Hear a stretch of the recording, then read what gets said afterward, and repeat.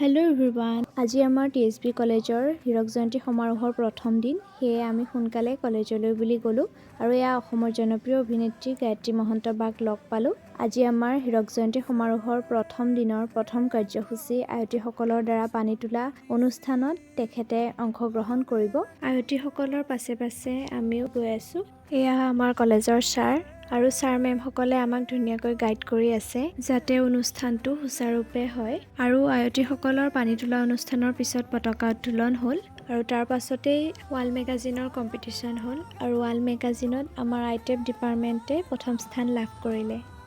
আজি আমাৰ দিহানাম আছে সেই দিহানামৰ কাৰণে ৰেডি হৈছো এয়া আমাৰ লগৰ কেজনী আছে হাই ঐ হাই আমাৰ ভয় লাগিছে ভয় নকৰিবা আমি আছো